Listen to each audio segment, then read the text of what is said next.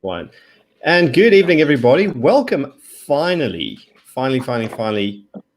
to this edition of Thursday Nights with Floyd, Themba, Kgofu, and myself. And it's just myself and Kgofu at this stage with a very special guest who we've been trying to get on here since forever.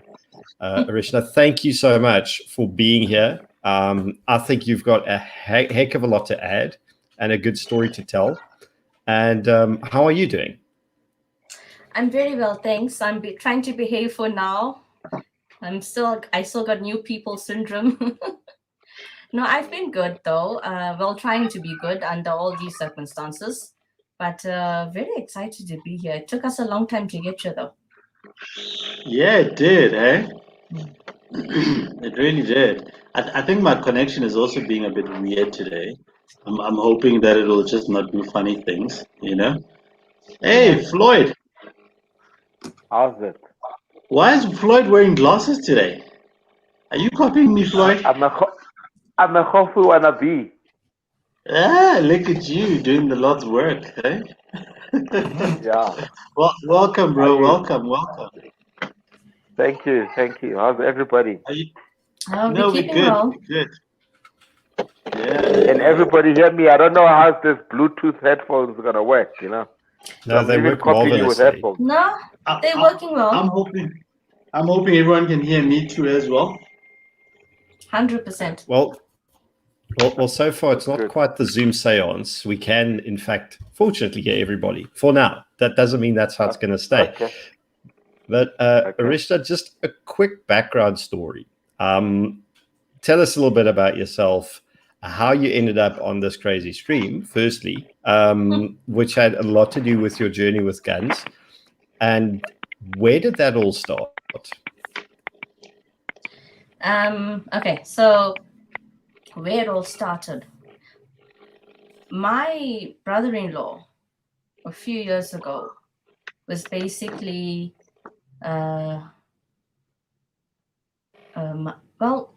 he had a home invasion with, I think it was about 6 guys, and he, after that experience, was definitely set on getting a weapon. So my partner decided, his brother decided he's going to help him out and do that. He wants him to be equipped. He wants him to be protected to prevent this kind of thing from happening again, because it's just the brother and the mother that lives together. So it started there. That was my first introduction to weapons and guns and the whole thing. I walked into the gun store and I was so intimidated. And the air cons, I'm pretty sure, were on full blast that day, so feeling cold and helped my emotions. But Yeah, it was a whole big different world for me. I was very, very surprised and shocked and, like I say, scared and everything else. So I walk into the store and I look at all these humongous weapons on the wall. And actually, I can feel that same emotion now talking about it. But I'm like, okay, that's where it all started. So my partner introduced me to a couple of weapons. We got into the shooting range. My first time shooting, oh my God. So it was a Glock. I intended to shoot straight. The gun went halfway up. I left the whole thing down. My body was shaking and I was trembling like hell. I went one side and I was like, bring yourself towards yourself, calm down. It was very, very nerve-wracking and stressful. My biggest fear about the whole situation was, I'm a very tiny person in size. Will I be able to physically handle the size of a weapon, the weight, but more importantly, my biggest fear till my second experience, till I met Themba actually, was, what do you call it? The blowback? Yeah, the recoil. Recoil. There we go. Thank you. I was very worried about that because I have very tiny hands and I'm not the strongest person. But I've learned it actually is not about the weapon. It's got nothing to do with the weapon per se. It's actually to do with how much training you have, how familiar you are with your weapons and how comfortable you are with it actually. So the first introduction and the next few episodes after that, they weren't my best. I was very excited about it. After that, I was very excited about it, and I wanted to get more involved in everything, because you get this feeling of being empowered. You get this sense of, yeah, you're right. I can't stand back and watch another person in front of me protect me and expect it to be okay. So the best experience I've had, though, is when I met Themba and I went for the training with the ladies. Was it about 3 weeks, 4 weeks ago? And it was as if I went through the first time experience I should have gone through. No intimidation, lots of education, lots of knowledge. That's where I actually got over a lot of my fears. That's where I learned. It's actually about you, the person. It's got nothing to do with a weapon. I handle some huge weapons there was one that was heavier than me, I'm sure. But I was so proud of the fact that I handled a shotgun. Okay, I discovered which side my left shoulder was on after that. But I had fun. I enjoyed it. That's awesome. That is great. And my partner asked me, so which was your favorite weapon? And I'm like, the shotgun. He looks at me like, really? That was the one that almost took your hand off, but okay, we'll go with it. I think men just generally assume that every woman should be given like a tiny little handgun and put in a corner somewhere. I also had that opinion of myself. It's not just guys. That little background story about me. I'm living in Johannesburg now. I'm formerly from Durban. Come from I would say, typical Indian family, where we grow up not talking about this thing. Who are you to talk about weapons? And I'm not blaming my parents or whatever. I guess parents teach you about the things they know and the things that they think are relevant to you. But then again, the crime back then wasn't so bad. The only thing we had to protect ourselves from was the National Party. Right. You know what I mean? Like my parents, my mom comes from a farm. Farm, you don't need weapons, really. Well, it's not she comes from. Well, now you need a whole arsenal if you live on a farm. Things have changed so much. Yeah. So I never heard of weapons in terms of me being able to handle one or touch one even. I'd never touched a weapon since before Johannesburg. I came here, I got introduced to sushi. I'm like, raw fish, hey, you are fine by yourself. Leave me to be. Olives, I'm like, ew, who eats that salty stuff? I am a sushi fanatic now. So, guys, come on. This is like the best girl we've had. I mean, sushi like sushi. I mean, I'm a sushi man too. You can keep the eel to yourself, okay? Keep the eel. Sushi and shotguns. Yeah, I'm not going to go that bad into it. But everything else, Yeah, so I wasn't exposed to it at all. I never spoke about it. We don't have these kind of conversations. But since the introduction to weapons through the brother-in-law's experience, I found a weapon that I liked. Let me see if I remember the name. It's a 5-star, a fire star. Something like that. But I really like it.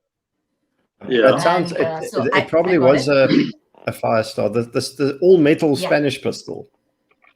Isn't that a star? The Argentinian one? It's got no engravings. It's not one of those fancy looking ones that looks like it's supposed to be on a shelf.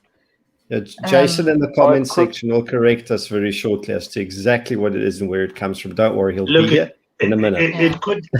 It could be worse. It could be something else that starts with a T. But we move right along. You don't mention that name. No, I'm educated enough to know you don't mention that name. And here I am, like, I'm quite happy with the new Taurus products. Yeah, good one, Floyd. Which one? The G3. Have you guys seen the Taurus shaky video on YouTube? Anyway, that's a topic for another day. Let's move on. Yeah, I think we need to talk about that next week. Yeah, you know. Yeah, that's a whole episode, I'm sure. So just to come back to how things changed for you, Arishna, and good evening to Laurie as well and everyone else in the comment sections. It was a journey for you to get to this point, and it started off fairly intimidating in the beginning. But I don't think it's only sort of the encouragement that you had. There must also have been an element within you that, I mean, right now you're going through the typical sort of part of it now where you're quite enthusiastic about it, where I think all of us in the chat still are. But you first have to get through that initial daunting phase of it. And a lot of people don't. They never quite get through the intimidation factor. So it definitely also comes from within. You said you had quite a few good mentors that took you on this journey. If you had to take someone today, let's say a younger version of yourself, would you have preferred it to have been differently? What things can a community like ours, for example, put in place to make this easier, especially for women, to want to go on this journey, to not feel intimidated and to actually be enthusiastic? Because admittedly, a lot of damage has been done where bad advice, pontification, a lot of what's that wonderful English word when you're talking down to somebody, condescending attitudes. Yeah. That is a general real problem. Do you have any sort of pointers in your journey where you think, okay, these are things we can focus on, we can do better? Okay. Great So question, first off, Gideon. thank you. Yeah, I agree. So first off, I would say, so my first experience was, like I say, hugely intimidating, very scary. Yes, before my experience with Themba, I had gone to a gun range. I did have my first shot, and I did shoot a few times after that. My first one, like I say, was a Glock.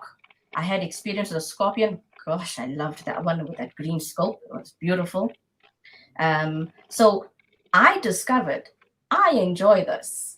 I could see myself now getting competency, getting a few weapons. Once I got to know what weapons I liked, what I'm comfortable with.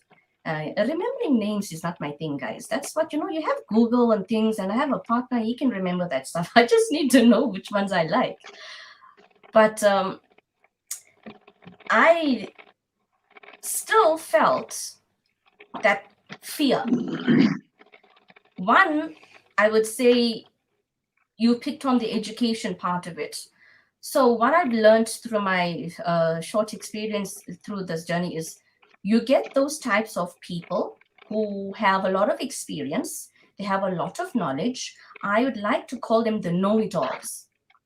You can smell a newbie from 10 miles away, I am sure. I've got like this excitement in me now. I don't know if it's going to be here 27 years time, but I'm still going to love this because it's not painting. It's not, some silly little hobby you take up. It becomes a part of who you want to be. It kind of brings out in you something you didn't actually discover was there. So I didn't like the know-it-alls of the industry where you hear it in their tone of voice. Okay, what do you want to know? Well, this is like this and that is like that and this is not good. A lot of it involves their opinions. Hey, you can have your opinions. That's obviously you have experience, you know what you're talking about, but allow a new person to find themselves with guidance. That's the first thing. So I think what I'm saying is it's about providing a comfortable, blank, open platform where you allow a new person to let you in on what are their fears. So you know what you're taking care of. Sure. As you would handle them, you would then type, this is what it does, etc., etc. The other thing for me was, apart from the overload of information and the intimidation is creating a safe environment. But the one thing that made it all come together for me was when Themba, he calls it ramblings. I wish he was here. But his ramblings actually was the most information I ever received in my many months of being exposed to to weapons. It was one Saturday, but the knowledge I took out of that one Saturday, it kind of scrapped everything else and it wiped the slate clean. He referenced a lot of, how can I put this? When he was educating us women about the introduction of weapons, he likened it to you being a family member, you being a team member. That for me is what is important. It's the general norm that the men in the family are the frontliners. The women are the ones they need to protect. And he joked about it, but he said, if the man in the family or the one with the weapon, if it's a home invasion, for example, or you're in a situation, if that person goes down, they can't faint in peace because they know they're the only ones there that's going to protect everybody else. When you put it into that perspective, you come to understand it is actually a team effort. There's nothing wrong in you knowing how to handle a weapon. A weapon, like he said, it lies on the table and it does nothing to you. It will not do anything to you up until you pick it up. You need to know what you're doing before you pick it up. You need to know that you're confident enough to handle that once you pick it up. It all for me comes down to education, knowing what to do, knowing when to do it. And the funniest thing is the last thing you do is pick up your weapon, in a manner of speaking. There's so much more you do before you get to that point. Just because you're in the industry, you are a gun owner, it doesn't mean now you need to be Rambo and look for the next opportunity. Be like, hey, you're interfering with my family, pah, for you. It's not like that. It's not like that. I'm so glad you said that because and I'm interrupting you quickly here. No, it's fine. Please, you'll never get a word in if you don't. No. But what you've now just said is, I mean, and Kgofu and Floyd, I mean, you guys have been on the internet gun forums for a long time. And you've seen moderators, you know, newbies who've just gotten into it would start with a question where, if this happens, and it would be an absolutely ridiculous scenario, and I'm being deliberately hyperbolic now, but something like, if this person cuts me off in traffic, does it constitute an attack on my life, and can I shoot them? And you go, we need to firstly, when you start looking for reasons to shoot people, you shouldn't be carrying a gun at all. Yeah. That's not how it works. And there is this misperception where, I mean, I call it gun fixation. Other people might call it something else. Yeah, Jason says it's not hyperbolic.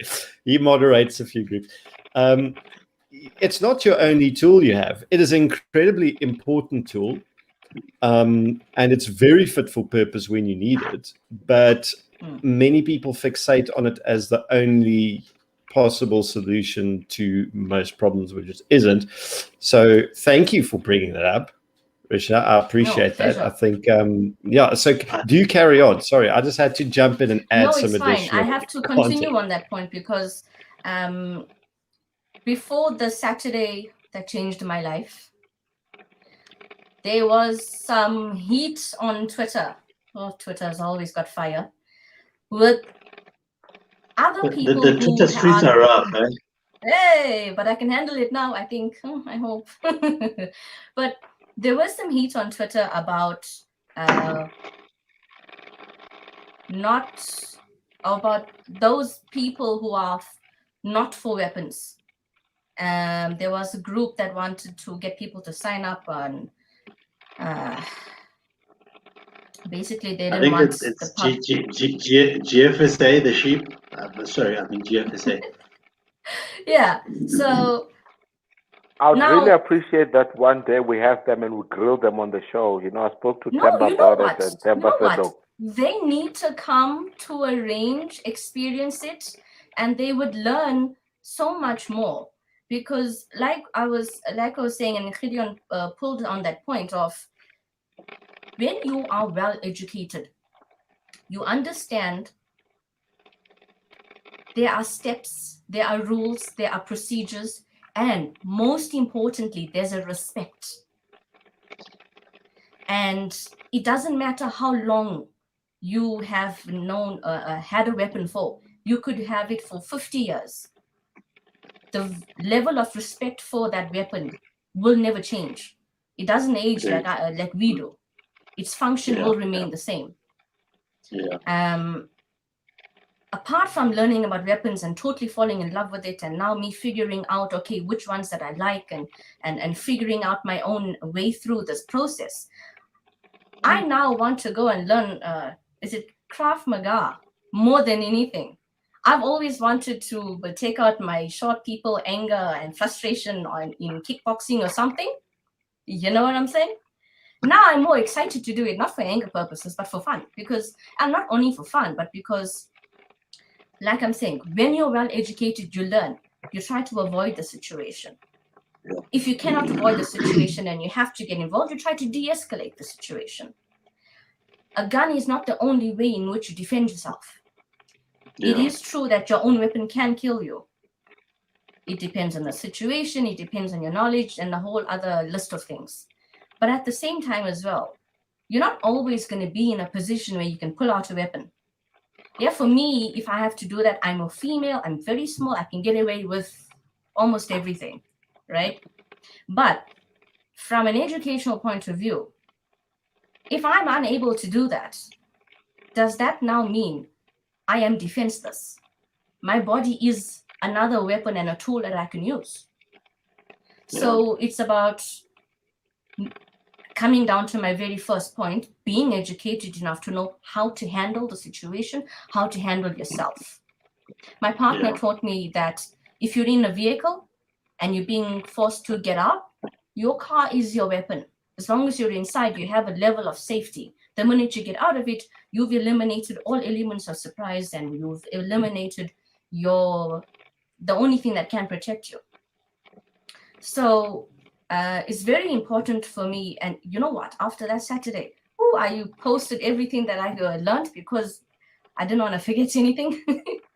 But I was so excited to teach all those people who were sending flames about weapons are bad for you and let them know it's the last thing you do, darling, if you know what you're doing. True.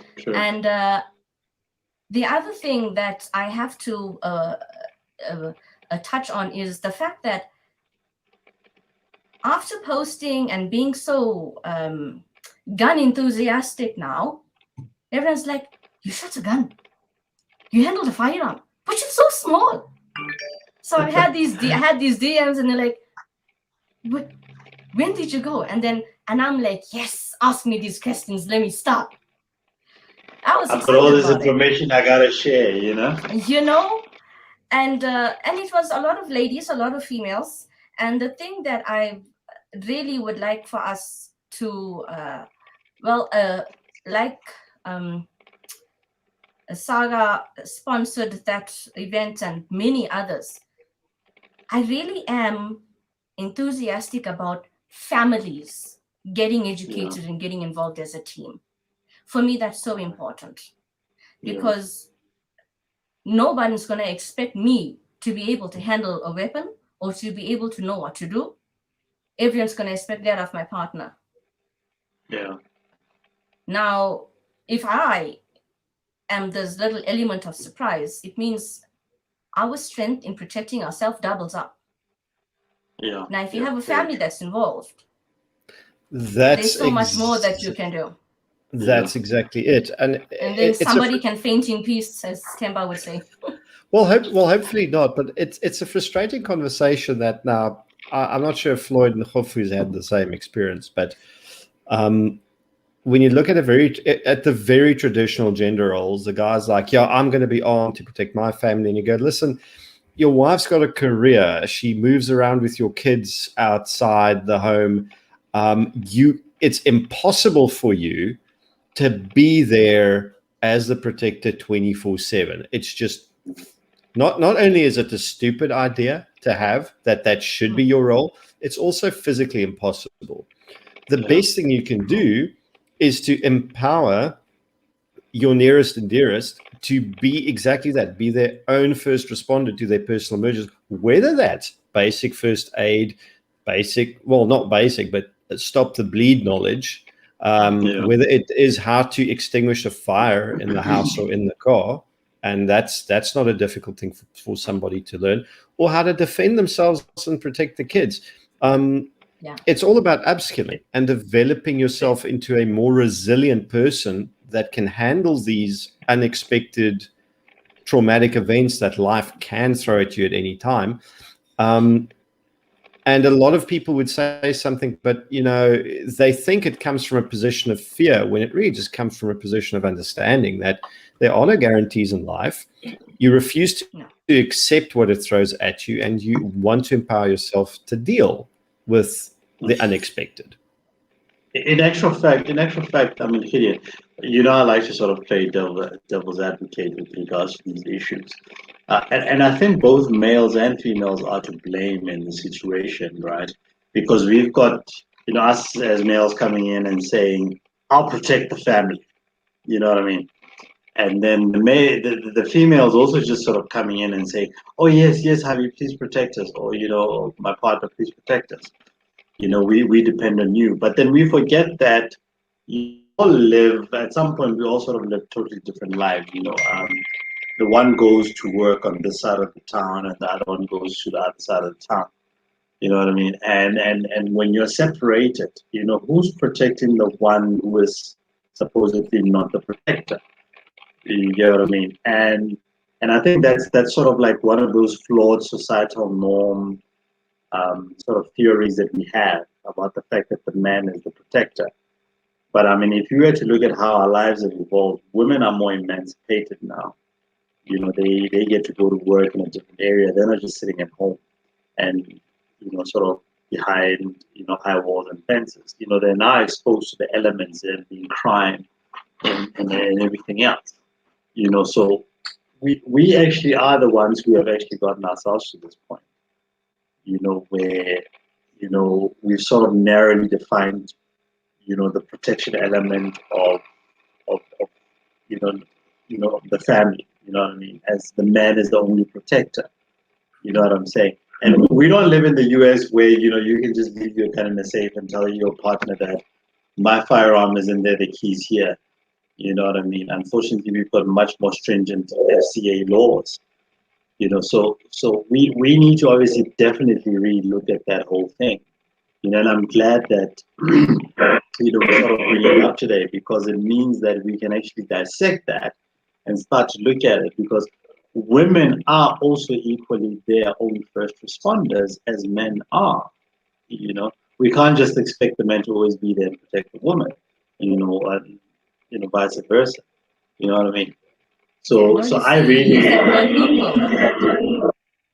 Oh, I'm getting feedback.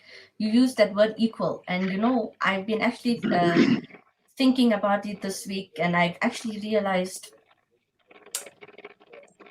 like you were like you're pointing out now, we live in a very, very different society, a different generation, a different level where women are equal. Now, we are only as equal as we make ourselves to be. And hear me out.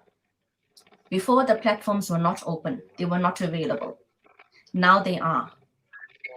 It is my responsibility, it's my initiative to show interest, to show that I am wanting to go this route, as much as I then also need to be supported. Now, the other thing is, Gideon mentioned earlier as well, to bring his point in here, we women claim to be equal in everything. And I'm not hating on us ladies, but you find we tend to pick our battles. If we want to be equal, we must do it on all fronts. And that's why I brought up the point that, both parties are to blame. You know what I mean? There we go. Yes. You can't just be equal when it suits you. You know what I mean? I can't just allow you to be unequal when I want to protect you, but equal with other things. You know what I'm saying? 100%. And it's human nature. It's human nature. But also just going back to an earlier point that I almost forgot about the intimidation factor. When women walk into a gun store, and I'm going to blame Gideon for this. No, I'm kidding, guys. Gideon, I know, is a totally wonderful person. The truth always comes out first. You know that, no? Even though you try to cover that up, we hear you. No, I'm kidding. I know Gideon would never do something like this. And we've had this conversation before about, even besides women, but in general, people walking into a gun store, and the intimidation factor. And that's one of the things that is constantly setting us back as firearm owners, where generally when someone makes a decision to buy a firearm, it's probably because they've had a life-changing event of some sort, or someone close to them has experienced a life-changing event, or they actually realize that, oh shit, crime is going up, I need to do something, and I'm my own first responder. Now you walk in, and for some reason, we all start off the base that I'm walking into a Pick and Pay or a builder's warehouse. You know how you walk into a builder's warehouse and everyone is friendly, right? All those tools are intimidating, but when you walk in there, there's always a friendly, sort of salesperson who's going to walk you through and say, no, this is the drill you need, and this is the drill bit that goes with this drill. Correction, that's my local Micah, not my builder's warehouse, but the Micah is pretty friendly. But you live in Lesotho, come on, man. Now you're asking for it, eh? So we kind of have a certain level of expectation in terms of service levels. Now you walk in and you just find this guy who says, it's a female, I'm going to give her a 6-round snubby. That's what's good for her. And for some reason you saw your partner's clock and you're like, but I want the clock. And the guy says, no, that's too big for you, How do you say it in Afrikaans, Gideon? That's the grot. Am I saying it right? No, you're saying it right. Unfortunately, you're saying it really correctly. You know what I mean? This one is the right one. It will fit everywhere, in your handbag, in the plastic, whatever, you know what I mean? And that's what I've been told 100 times. And that's where, and what you find is, I genuinely think you need to take an open-minded approach. Let them hold everything, even if it takes you, half of whatever time, right? Let them hold everything. Let them come out and say, you know what, I like this. If they come out and say, I like a Glock 19, put them in the shooting range. Let them shoot that. You know what I mean? And then we come back and have another discussion, We sold a Glock 19 to a lady today, a southern suburbs lady.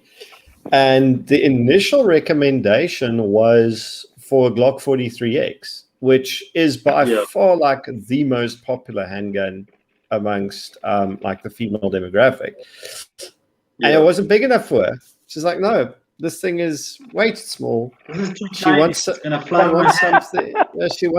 chunkier that she can get a proper grip. Well, no, you can't get a proper grip on the 43X, but she really, from an ergonomic point of view, and from what worked for her and her lifestyle, now she intends to carry it. She wanted the 19. So, I mean, nice. There you go. It's no two people are the same. No, 100%. I understand what you're saying there, because when I first started off, I was told Glocks are too heavy. They shouldn't. I shouldn't start off there. And they gave me these. And then exactly as Kgofu said it. I was then started off on, you should get something easy for your handbag, something light, something you don't have to load. And I saw them and I'm like, there's no safety, there's nix. If I'm digging for a lipstick in there, shot goes off, and then, Damn. you know, You got permanent red lips. you know. Yeah, And then on the I other always hand, say, oh, sorry. yeah. Sorry. No, Go for it. go ahead. Go ahead. All right. No, Like okay, I've but always on the said. other hand, Okay, sorry. Go for it. when I had my experience with the Glocks, then I'm like, okay, I had one before, and I thought my hands are gonna fly off the sky, yeah. But now that I actually am comfortable with it, I might pick one in the future. I still have to, experience much more weapons and get familiar with them. But it's exactly as you're saying.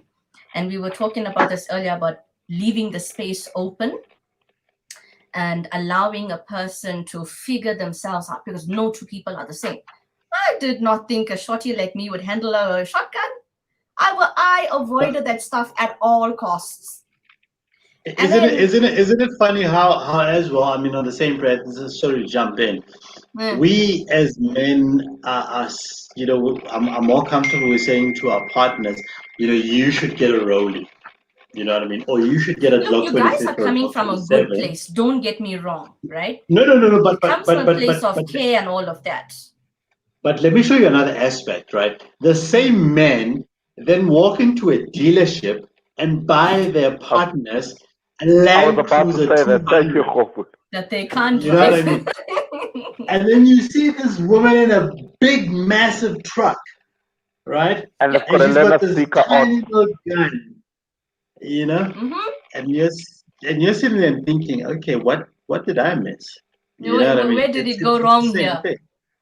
Yeah. I mean, I could easily give you right now like a Ferrari, you know what I mean, as a woman, but I'll go get you like a freaking, like a That sounds you know what I very mean? lovely and fancy, but after going through, my partner and I liked to do this thing called dream shopping. So we dress up as if we can afford it. Meanwhile, we're just having a date of dream shopping. You know what I'm saying? Hey, we can do that. It's free. So we used to go to these super luxury car dealerships, and after sitting in these cars, I understand why you rip so many pants. Hey, it's so difficult. How? And then you find this big size oak jumping off a Ferrari or a Lamborghini, which is worse. And I'm like, how did you get in there in the first place? Same thing with weapons. Don't judge it. Don't judge it. Yeah. For the record, I went once dressed up, and then after that, I never had to dress up because I just got there and told them the truth that I was broke and I couldn't afford a Ferrari. Shit. And I started just sitting in one. Oh. And I used to go there every Friday at I don't know if you guys remember X16 in Four Ways. And I was like, I think I'm just like revealing my age right now. And they used to know me. I'd walk in on a Friday. They'd be like, "Yeah, the Lamborghini's open. You can go and sit. It's fine, man." Type of thing. Yeah. I'm surprised they You didn't just get need to know what you're talking about. Talk to the guy as if you know you need to know the car. Once you're talking, they'll offer you a cappuccino. Hey, we might be giving ourselves away here. All right. We can They're lucky I wasn't armed then, because I would have had a couple of Lamborghinis. No, but they were just lucky, No, but coming back to the point, right? So, like when I had my experience, I think I was one of the first ladies to get into the gun range. And as a lady started coming in, now I've been in that environment before. And my first experience, every time a shot went off, I was like, ugh. Someone shooting Body me. trembling. The aircon felt like someone purposely put it on blast on that specific day just for me. Everything was just heightened. And on that Saturday, I watched all the newbies come in. And I smiled because I was there once. And I'm slightly laughing because it's kind of funny to see, but I'm excited at the same time because I know they're not going to You walk had out crossed of over here to the with that dark same side. behavior. And true to it, there was most of the women that walked in were very jittery, very scared. Every small sound set them off. When they finished on that day, I was actually so proud to see there were at least two of them that were still scared. One was, I think, a 10-year-old kid, understandably, but I was very happy that she was brought in, from that age, and that she was exposed to it from that age.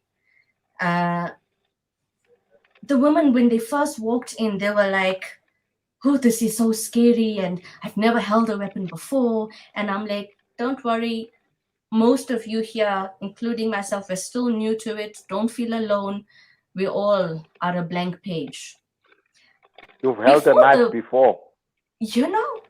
But now, before the training was halfway in, you've got them saying, yeah, when I'm having a tough day at work, I'm going to book myself in at the end of the week and I'm going to blow off something. And I'm like, yeah, you go, girl. Look at this. Yeah. They Guns are better than manicures. True. But much more expensive, but worth it. Worth it. But I thought manicures were more expensive. You know what? Nails. It depends on what you do. It could be expensive. Me, I choose to do my own nails. So, like, I told the partner, you buy me everything that I need. I'll do it myself. I can't but you're spending like a nail, so much of money a month on nails. No, I'm sharp. But you're like a nail technician or something, right? Yeah, I do my own nails. I watched my aunt do it. Who's a professional, learned to do it on myself, and I'm very happy with that. It's like me saying, I build my own guns. You know what I mean? Kind of unfair if you think about it, Not really. You know what I like about her? You know what I like about her? She can now start doing people's nails and save money for whatever gun she wants. And now her partner doesn't have a lot of stress. And, so, you know what? You just go on with those nails. You can even wash people's cars. You can do what? Just cut costs in the house. Just buy guns. That's all I want. You're talking about nails. One of the ladies that came, they had very, very long nails. And as a result, she didn't enjoy her experience because you guys would, actually, you won't know because you don't have long nails. But hey, I might just know. Try us. Kgofu, do you want to hear a confession here? Just please, before you continue, walk carefully, my brother. Saying, I'm familiar with nails. No, but no, that very long do nails. The nails, yeah. And then I've learned. Well, I love my nails and everything else, but I don't like them too long. I have to live and manage. I'm not one of those gorilla long nails. And it looked stunning, beautiful, and everything else. But then we've learned, and she's learned, the longer the nails, the more uncomfortable it is. So now that has changed my perspective. Okay, so the length of nails I prefer personally, I'm sharp with it. I can manage it and handle the weapon because it made handling the weapon so much more difficult for her, from a handgun to the big boys. And I've learned then, okay, so you need to now, everything you do in your life, your vision changes. So now I'm thinking, all right, first of all, that handbag needs to be in order. No such thing as dig and scratch and all of that. You need to have your stuff in order, right? You need to have nails that are manageable. Believe you me, there's many holsters that you can get that you don't need a handbag. You can be in jeans and be with a weapon comfortably. I really appreciate that you're talking about this. And my take is that it's better to have a gun than need one, rather have one and not need one than not have one and need one. That's a crisis, 100%. Yeah, it's a crisis. It's not about the gun. It's about the person behind the gun. Never feel intimidated by size and everything. We have a lot of the SAPS and the JMPD and the EMPD people who can't shoot, and they work with that stuff every day. So never.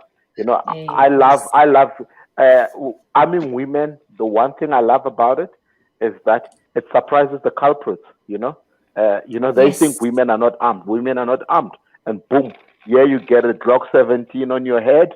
Boom, boom, done. And Yes. what more do we want? In the olden days, when I used to work in the industry, we used to arm ladies who would say, "Now get a snub nose, get a 38 special." The world is under new management. Women are buying Glock 17. Women are buying anything they want. Women are buying CZ. Don't be stopped. If you can walk into a dealership and buy X7, what stops you from buying a Glock 17? Very true. Do it. Very Glock 22. There we What go. stops you from buying a shotgun? Go buy a Desert Eagle. Come on, if it's gonna make you sleep better at night, I'm it's yours. Do I'm it. not sure about a Desert Eagle though, Floyd. I'm also like, whoa, hey, maybe That's not. heavy artillery right there. Yeah, it is. But I'm just saying, So my point is just get what you want. Yeah. My kids, one is 18, one is 8. They both shoot. They don't have. Even when I leave my firearm on the table, I'll never have problems. That's what it is. So why limit people? So that's that. I would love to get a conversation with Aziza here as well, because one of the examples for women's carry that has really exploded into popularity because it's so versatile is the can concealment system, which allows you to carry your handgun on your body, regardless of whether you're dressed formally or in a summer dress or in casual clothes. You don't actually need a physical belt and a holster to make this work. And it will always be in the same place, and you will not have to, because handbag carry comes with its own hazards, right? So if someone grabs that bag and pulls it away from you, So but again, I would love to have the women hash this out between them, because this is a conversation I can add precious little to. However, it's a conversation that you guys definitely, I think, can have, and a lot of people watching it will glean a lot of value from it. So if there's no objection, I'd love to set that up, get Ozzy on, as well as maybe we can canvas some of the other ladies who just started out, and it can be quite a nice educational question and answer session, because it's, again, as Floyd pointed out, you've got that huge element of surprise, which is ironically the seventh element out of Colonel Jeff Cooper's 7 principles of private defense, which is aggression, speed, decisiveness, ruthlessness, coolness. Seventh one is surprise, and the sixth one I always forget. Speed. There you go. So that element of surprise, where the victim, who's a woman, is armed, that's dangerous for a criminal. Very. But as we approach the last 10 minutes, Arishna, would you like to come back for some more of this? Yeah. Because I'm not done talking yet. Awesome, because I really like the value that you're adding, and in your opinion, the direction that it's going in to arm women and all this sort of stuff, the value that this could add to making society safer by having, jeepers, if we can arm women, that's 50% of the population. Shoaib just said, how do you had a see comment earlier on here. If you armed, you have a 50% chance as opposed to 0, which is so true. And no, you're right on the money there. This, once you get introduced to this, guys and girls or ladies, it's an ever evolving platform. You can never know everything and know enough. There's always new things to learn. You guys, I'm sure, has learned so much from just with going through the experience of a newbie and probably discovering when you guys were first into it and all your fears and everything else that came out of it. So no, I definitely think we should get more women involved in this conversation and set something like that up. I am really excited about that. I would certainly just like to wear like shorts, go to the mall, and just let my wife carry the gun. You know? You know, Well, I just want to like sit there and not care anything. No, I'm kidding, guys. But I think Julian was talking about element of surprise. That's when you're in a situation that when you're in a situation that you did not foresee, you don't have a date and a time that someone decides they're going to, hey, date and time, I'm going to come to your house, be prepared. Nah. Yeah, like get a text there, you know what I mean? 12 They o'clock. might have I'm sussed your tonight. house out or your car. They might have done their homework on you. You always have something in your corner. You're in your house. That's your weapon. You're in your car. That's your weapon. No one knows how many family members are there unless they do, because they did their homework thoroughly. I find a lot of times people are just my chance. Lots of criminals aren't the old school types where they suss out and do homework, and it's too much of admin for them. So there's so much you can do. And some of it starts with just locking your front door, which a lot of people, oh my a lot of violent home yes. invasions happen opportunistically because they came That's from the nowhere. other thing. That's the other thing. Now that you have you're weaponed up, you go for karate training and whatever now, it doesn't mean you need to abandon the simple things. Lock your house door, close the window, simple things. Yeah. So that's why I say switch on the brain. 100%. Very true. And that's the great part of this lifestyle change, is that you actually become a lot more, at least the idea is, switched on in many aspects in life where previously you may not have thought of these things. And a lot of it is good stuff. And I don't think someone called me an expert today, and I cringe when that happens. And I try to correct them on the spot and say, I'm not an expert. I'm just a guy that's further down the journey than you are. And my most learning that I've done is when teaching other people, because I'm a terrible student. I don't learn for shit in anyone else's classes. But you let me teach somebody, boy, do they teach me a lot. I've never in my entire life learned as much as when I started instructing, simply because your students are your best teachers by a long shot. Very true. Yeah. And they question a lot of what you're saying as well, which kind of makes you think, you know, that's about what it is that almost sort of, exactly to what Themba had said. He learns so much when he's teaching other people, and sometimes when people ask the simplest of questions, it brings you back to the basics, which we are humans, some of us can forget. And someone wiser than me once said, advanced skills is nothing other than basics done better, which is entirely what it is. Yes. Very true. Very true. Couldn't have said it better. Sorry, Kgofu, I interrupted you there. What was I saying? I have no idea. So all I want to say, much as we're going, you know, the gender equality route, and we're seeing more women buying cars and everything. I would love to see more women buying guns. And the population of our population, there's more women than men. I would love to see more women armed, you know, and more women armed than men. It would make a society safe. Why? You look at the victims of crimes, it's mainly women. Murder, it's women. Rape, it's women, you know. Why? Because they are seen as soft targets.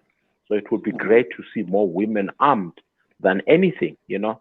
I would like them to reduce this population of criminals, which are men, you know. You hardly see, it's maybe 1% where you see women on women violence, you know, but mainly it's men. We all know when that happens, you know. Yeah, that's not important. and so it would be good to see more women armed as much as we're seeing them buying cars, you know. I wish there was a learner sticker for a gun. In actual fact, contours at yours and on the freeway and everywhere. Yeah. Yeah. In actual fact, and this is the beauty about also some, how life also works, right? And a lot of it is also sort of companies doing a lot of marketing and really getting and finding new markets, right? I mean, when tobacco companies ran out of men to sell to, the next natural sort of market was women. The same with alcohol. Currently, as we sit in South Africa, I think women buy the most or consume in terms of liters and whatever. They consume the most amount of alcohol, right? And women are also currently the biggest in terms of property buying in the country. And that's because all these sort of companies started to sort of actively market to women, but also there's the other side of the fact that because there's more women than men, naturally you would have women say, I need shelter. I'm not going to wait for someone else to come and provide shelter. So I would like to believe that with time, women will actually realize that, what, I'm my own first responder and I actually need to arm myself. And we will see obviously a lot more women going in, aside from the intimidating factor, the fear factor. Women will actually say, I actually need to get a firearm. I need to protect myself. And it does not necessarily have to be a firearm. It could be something else. Like, I need to buy pepper spray. I need to do karate. But ideally, we'd obviously like to see more women armed in the sense of a firearm, because a firearm is a force multiplier. And I think we're going to get to that point. We just got to keep hammering the message. We just got to keep sort of being honest with women and telling the truth. I'm sorry, I'm laughing at Shoaib's comment that came in here. According to Gun 3 SA, your voice can stop a bullet. Hey, my daughter. Yeah, no. Something's wrong there in that camp. Something is very wrong in that camp. And I just love how it almost seems like with Gun Free South Africa, people jump on the bandwagon and then they realize, but this is a bunch of horse shit. And then they just get off. And it's always the same driver who's alone. Once in a while, they'll have like people on who are drinking the Kool-Aid. And then they just realize this is a bunch of horse shit and they just get off. You know what I mean? You know what's frustrating me with this whole Gun Free SA thing? What really, really has been grating me? This whole Gun Free SA thing has come up after the riots. Were they all living in the same South Africa I lived in? They were nowhere to be seen or heard. I just want to say that, leave that comment there. Because last time I saw who protected who and then who came to look pretty in pictures, I'll just leave that there. Following from Floyd's conversation there, just in my last comments here, I'd say I look forward to a point in our lives where we have stopped the focus of trying to empower women, because it stopped being about men and women. It started being about humans protecting themselves and creating a safe society. Yeah, that's true. We've got a long road to get there, but that's the journey I look forward to. That's a great end goal to have, and I think that's the best closing comment. I'm not going to besmirch it by adding anything further. Closing comments. I told you I can talk a lot. No, that was. I can see your professional radio personality. What is the correct term for that anyway these days? It's like it used to be disc jockey. I'm a news anchor. Then it turned into news anchor. There we go. Presenter is what people go by now. A radio presenter. Yeah. And there we go. Well, news anchors are so dangerous, right? Like you'll be watching the news there'll be like a whole plane full of people that crashed and like 300 people died, and the news anchor will come on and say, at least 300 people died. Like, come on, 300 people died. No, I also growing up, I'm like, at least, as opposed to 301. Yeah. Shame. I know. I understand. I'm there with you as well. So like, my mom is over it could have been you, but you survived. At least it wasn't you, Yeah. My mom is over 70, and she always says, I haven't seen your gun. Are you carrying it? Yeah. But that's a good thing. That is a good thing. That's exactly Why are you concealing your gun from your mom, man? He's trying to take you What? out. How? My daughter. What do you want him to display it for? This guy, but Mama, this and guy's still when a I go out, naughty. she'll He's say still a to naughty. He's still naughty. You know. my mom. His mom He is- My does mom not will say, want "Do you carrot have it?" salad. That's why he hides his gun. He does not need carrot salad in his life. How cool. Yeah. I don't know. Just like one. I know I'm crossing over the line here. I don't know if you guys saw the incident that happened in Soweto. Which one? Much more With like the which guy in one? The Ferrari or the Mustang? The Mustang happened, I think, about 2 or 3 weeks ago, right? The more recent one was the Ferrari, you know, and we had a bit of a chat about it with regards to, and one of the things that I said was, you know, you find that this guy probably even has a firearm, you know, but he probably, you know, it was a safe queen, you know, just left it at home, you know, and on the day that he needed it the most, you know, it was just pretty much at the bottom of the ocean, you know, and it just happened to be the day that the parachute wouldn't deploy, or it wasn't there. He didn't have the parachute, and he had to jump out of the airplane, you know, and that's unfortunately, you know, the sort of environment that we live in, where you just take a quick trip to see your friend or to go to a wedding, and on your way back, assuming that this was just one of those unfortunate events. But even if it was not an unfortunate event, I always maintain that even if it was a hit, you know, you always get the warning. You know when you've done something that's pissed someone off. You know when you gotta lay low. You know when you gotta carry your gun if you're not a gun carrying person, like you're not carrying daily. And I just find it strange that we have, you know, people in this day and age that still believe that they know there are certain days that they can carry their guns and there are certain days that they shouldn't carry their guns, because for some fucking miraculous reason, we all know when shit is gonna hit the fan. And it's not gonna be on the day when you're visiting your mate's wedding driving a Ferrari. Yep. That's exactly it.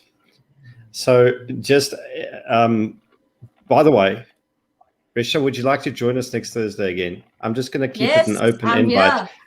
You tell me when you're not available, but we'll keep. If you have no objections, I'm going to add you to our super secret WhatsApp group where we plan all these horribles. Yeah, you do belong. Okay.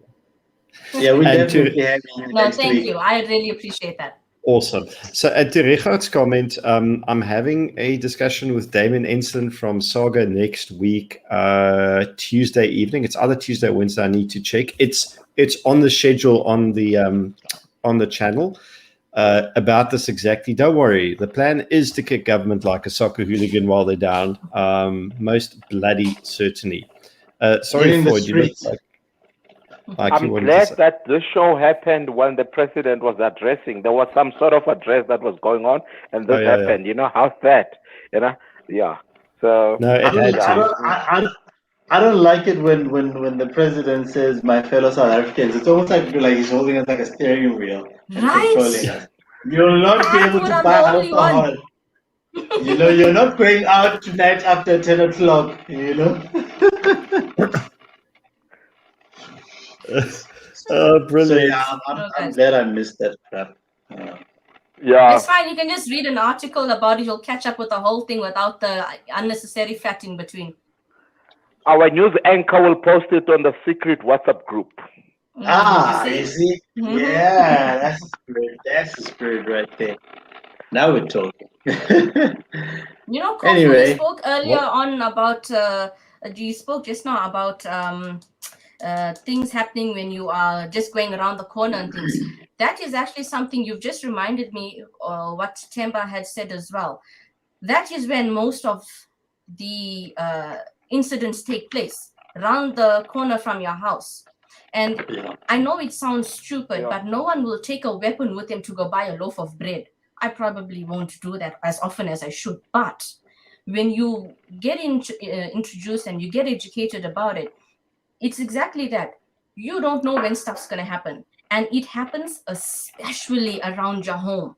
That is when you should always have your stuff with you. When you're wearing the tracksuit pants and you thought you were just going for a quick jog. Because don't stop thinking about it from your own perspective as well. Put yourself in the vision of the other person. They're looking at you dressed comfortably. They're not going to expect you to be carrying. Yeah. They just know you got money. They actual know fact- you've got your wallet with you. In actual fact, I mean, I bought myself like a little a Smith and Wesson Man shield. No, not a man bag. I'm not that knee deep, you know. And I take it to the gym, right? And before I had it, I mean, I used to just carry my knife. And now at least I've got the shield that I can just pretty much stash in my pants, and I could be wearing tracks or shorts, you know. Yeah. And my whole thing is, you know, like you're saying, we always assume that shit is not gonna happen. You know, you get in your house, you go sit on the toilet, and then boom, guys are in your house. You're in the shower, guys are in your house. You know what I mean? You don't take me And to we the just bathroom always- with you. Yeah. We just always assume that I'm gonna be ready when they when they come through that door. I'm gonna be aiming. My dot's gonna be on them, and I'm gonna pull some John Wick shit. But more often than not, your pants will be on the floor. You're about to reach for the toilet paper. I mean, I'm just giving it as it is. You know what I mean? You're about to reach for the toilet paper, and you are done with your business, and they just came through the door, and you literally had your hand like that. You're about to reach for the Why toilet you gotta paper. get so graphic, Mara? Hey, no, man. You know what I'm gotta saying? end things here, and you're ending us with these images. You know, and as you stand up and you draw your firearm, shit is dangling everywhere, pretty much. That's how it normally happens. I Not think this Kgofu John went Wick. into an overdrive. No, but that's true. That's true. I was about to say, I don't think I'm going to train that way on the range. I might get banned. But on that incredible Top Gear-esque bombshell, we're 6 minutes Dangling over. everywhere, I think bombshell. Enough. Behave. we could call it a night, and we can carry on. Hopefully, not in exactly this just next week Thursday. But thank you all you guys for being here and of having made it. I really appreciate it. It was a great alternative to the addressing the nation, whatever the hell that even was. Father of the nation speech. Father of the nation speech. All right, And my on guys, thank you. My fellow South Africans, remember. Oh, yes. Train with your pants off. Thank you very much. Good night, everybody. This has been awesome. Looking forward to many more to come. Good night, everybody. Have a fantastic evening. See you soon, and have a lekker weekend. Cheerio. Ciao.